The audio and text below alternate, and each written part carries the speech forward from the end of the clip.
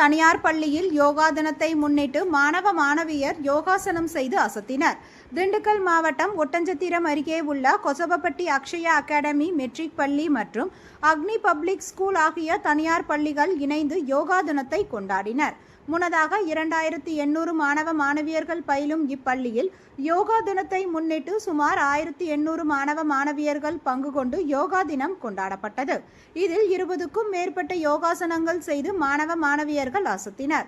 மேலும் தியானம், மூச்சு பயிற்சி மற்றும் யோகாசனம், பிரியாசனம், பாதஸ்காசனம், திரிகோணாசனம், பத்மாசனம், யோக முத்ரா, பர்வதானம், பிராணாயாமம் போன்ற ஆசனங்களையும் சிறப்பாக செய்தனர்.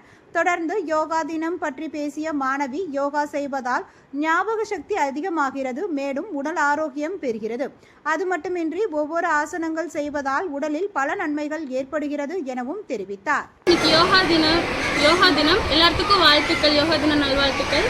கொசவப்பட்டி அக்ஷயா ஸ்கூலும் அக்னி பப்ளிக் ஸ்கூலும் சேர்ந்து இன்னைக்கு யோகா தினத்தை கொண்டாடி இருக்கோம்.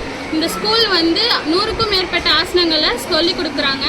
அது மட்டும் இல்லாமல் யோகா பண்ணுறதுனால நமக்கு நிறைய மெமரி பவர் கிடைக்குது. பிரியாசனா பண்ணும்போது நம்ம லங்ஸ் ஃப்ரீ ஆகி நமக்கு நிறைய ஏர் உள்ளே போய் ஆக்சிஜன் நமக்கு கிடைக்கும்.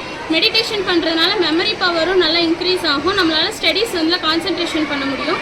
மனசு ஒருநிலைப்படுத்திட்டு நம்மளால் படிக்க முடியும். மற்ற ஸ்போர்ட்ஸ் மாதிரி இல்லாமல் இந்த யோகா பண்ணுறதுனால புத்துணர்ச்சி நிறையாவே கிடைக்கும்.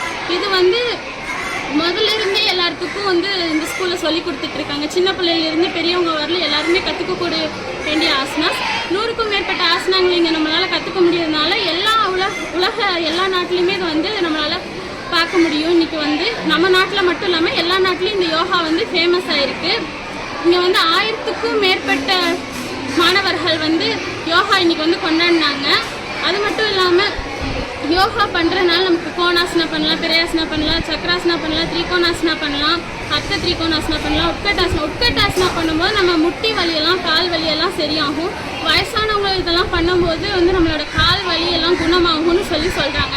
பிரியாசனா பண்ணும்போது ஆக்சிஜன்ஸ்லாம் நிறைய கிடைச்சி நமக்கு புத்துணர்ச்சியாக ஏற்படுத்தி கொடுக்கும்.